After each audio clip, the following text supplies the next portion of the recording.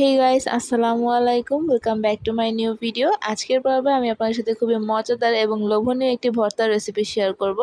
পটল দিয়ে ইলিশ মাছের লেজ ভর্তা করে দেখাবো। তো চলুন শুরু করা যাক। প্রথমে আমি এখানে পটল কেটে নিচ্ছি এভাবে গোল গোল করে। তো সবগুলো কাটা হয়ে গেলে আমি এগুলোকে ধুয়ে পরিষ্কার করে নিচ্ছি। এবার একটা প্যানে কিছুটা পানি দিয়ে এই পটলগুলোকে হালকা লবণ দিয়ে সিদ্ধ করে নিচ্ছি। প্রায় 10 মিনিটের মতো আমি এটাকে সিদ্ধ করব। তো 10 মিনিট পরে দেখুন পটলগুলো কিন্তু ভালোভাবে সিদ্ধ হয়ে গেছে। তো এবার আমি এগুলোকে তুলে নিচ্ছি। এবার একটা প্যানে নিয়ে নিচ্ছি সরিষার তেল। এবার আগে থেকে হলুদ আর লবণ দিয়ে মাখিয়ে রাখা ইলিশ মাছের লেজটা ভালোভাবে ভেজে নিচ্ছি।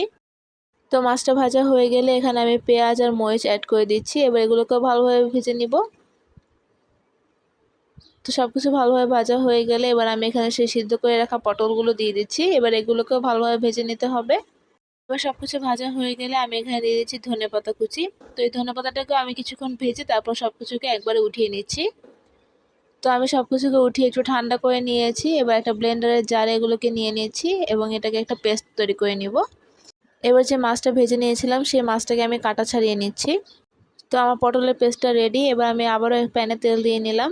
এবার দিয়ে দিচ্ছি কিছু পেঁয়াজ কুচি। এই পেঁয়াজটাকে একটু ভালোভাবে ভেজে নিতে হবে। এবার দিয়ে দিচ্ছি স্বাদ মতো একটু লবণ। পেঁয়াজটা ভাজা হয়ে গেলে এবার আমি সেই পটলের পেস্টটা এখানে দিয়ে দিচ্ছি। দিয়ে এটাকে ভালোভাবে ভেজে নিতে হবে।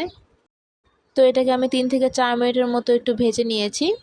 তো ভাজা হয়ে গেলে এবার আমি সেখানে মাছটা অ্যাড করে দিচ্ছি। এবার মাছটাকে দিয়েও এটাকে ভালোভাবে ভেজে নিতে হবে। যখন এর মধ্যে থেকে পানিটা ভালোভাবে শুকিয়ে যাবে তখন এই ভর্তাটা রেডি হয়ে যাবে। তো আমার ভর্তাটা রেডি, আমি এবার এটাকে সার্ভ করে নিচ্ছি। তো ব্যাস তৈরি হয়ে গেল মজাদার পটল দিয়ে ইলিশ মাছের লেজ ভর্তা। আজকের রেসিপিটি এই পর্যন্তই। ভালো লাগলে অবশ্যই লাইক কমেন্ট শেয়ার করবেন এবং আমার পেজটিকে ফলো করবেন। আল্লাহ হাফেজ।